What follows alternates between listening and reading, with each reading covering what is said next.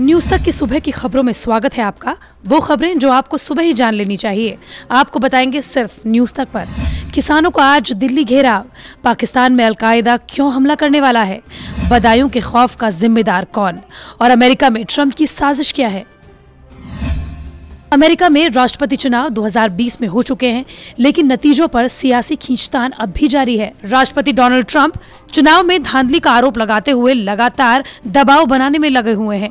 निर्वाचन नतीजों को लेकर अमेरिकी संसद की बैठक से पहले ट्रंप समर्थकों की भीड़ अमेरिका के कैपिटल बिल्डिंग के बाहर एकत्रित हो गई। ट्रंप के समर्थकों ने कैपिटल बिल्डिंग पर हंगामा भी किया। समाचार एजेंसी एसोसिएटेड प्रेस के मुताबिक हंगामे के दौरान एक महिला की गोली लगने से मौत हो गई। बताया जा रहा है कि ट्रंप समर्थक कैपिटल बिल्डिंग में घुस गए और हंगामा करने लगे। इसके चलते कांग्रेस को मजबूरन अपनी कार्रवाई स्थगित करनी पड़ी। वॉशिंगटन डीसी महापौर ने स्थानीय समय अनुसार शाम 6 बजे तक कर्फ्यू का ऐलान किया है। ट्रंप समर्थकों और पुलिस बल के बीच हिंसक झड़प हुई है, जिसमें कई घायल हुए हैं और एक महिला की मौत हो गई। 8 जनवरी को सरकार और किसानों के बीच नवे दौर की वार्ता से पहले 7 जनवरी को किसान शक्ति प्रदर्शन करने वाले हैं। देश में किसानों का आंदोलन 42वें दिन में प्रवेश कर चुका है। सरकार और किसानों के बीच 8 राउंड की वार्ता फेल हो चुकी है और अब सबकी नजरें 8 जनवरी की वार्ता पर है। किसान तीनों कृषि कानूनों की वापसी की मांग पर अड़े हुए हैं। सरकार एमएसपी को जारी रखने को लेकर कई बार भरोसा दिला चुकी है, लेकिन किसान हैं जो मानने को तैयार नहीं है। किसानों की एक सूत्री मांग नए कृषि कानूनों को रद्द करने की है। 7 जनवरी को संयुक्त किसान मोर्चा के तत्वाधान में गाजीपुर बॉर्डर से पलवल तक किसानों की ट्रैक्टर यात्रा निकलेगी।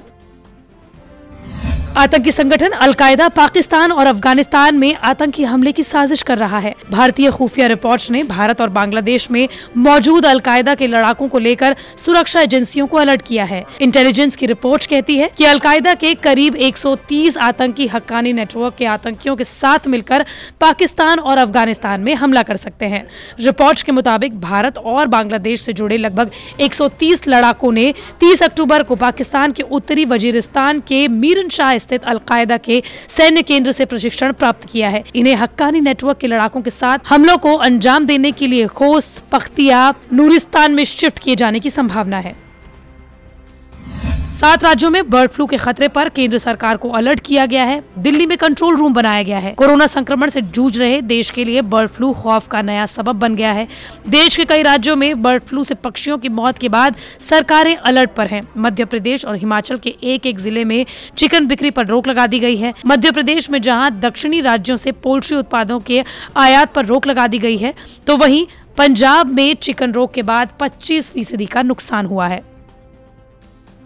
और उत्तर प्रदेश रेप की वारदातों को लेकर दोबारा चर्चा के केंद्र में है। पिछले साल अगस्त सितंबर के महीनों में भी प्रदेश के कई जिलों में रेप की ऐसी ही घिनौनी वारदातें हुई थी। एक बार फिर से योगी आदित्यनाथ सरकार महिलाओं के खिलाफ अपराध पर लगाम न लगा पाने के चलते विपक्ष के निशाने पर है। बता दें कि बीते 2 दिनों में बदायूं और मेरठ में रेप की घटनाओं ने सबका सिर शर्म से झुका दिया है।